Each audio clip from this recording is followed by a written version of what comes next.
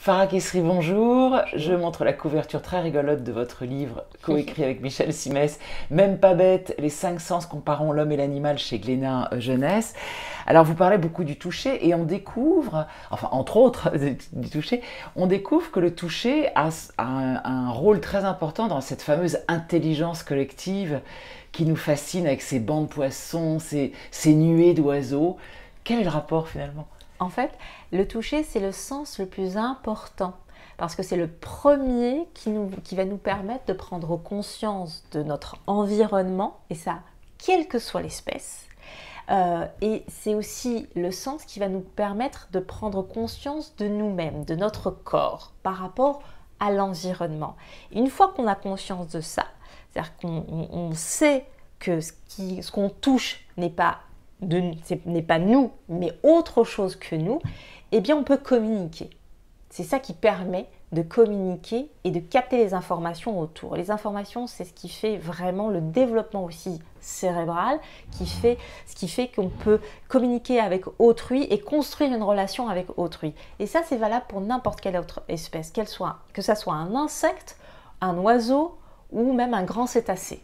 C'est vraiment le toucher. C'est ce qui permet cette harmonie incroyable justement de ces bancs de poissons, etc. C'est grâce à ce toucher. Oui, parce qu'au niveau du corps du poisson, au niveau de la peau, notamment au niveau d'une ligne qu'on appelle la ligne latérale, il y a une concentration de capteurs qui vont permettre de justement sentir le mouvement de l'eau, la vitesse de mouvement de l'eau, et donc le corps qui est à côté de ce premier poisson, et ainsi de suite. Quand un poisson va se déplacer, va aller vers la droite par exemple, le poisson qui est à côté va le sentir et il va tout simplement associer ce mouvement et suivre ce mouvement. Et c'est ce qui permet d'avoir une forme de survie collective, parce que c'est l'union qui fait la force. Un poisson tout seul n'a aucune chance face à un requin. En revanche, quand vous êtes un banc de poissons, eh bien, ce mouvement-là de centaines de milliers de poissons qui se déplacent dans un sens ou dans l'autre,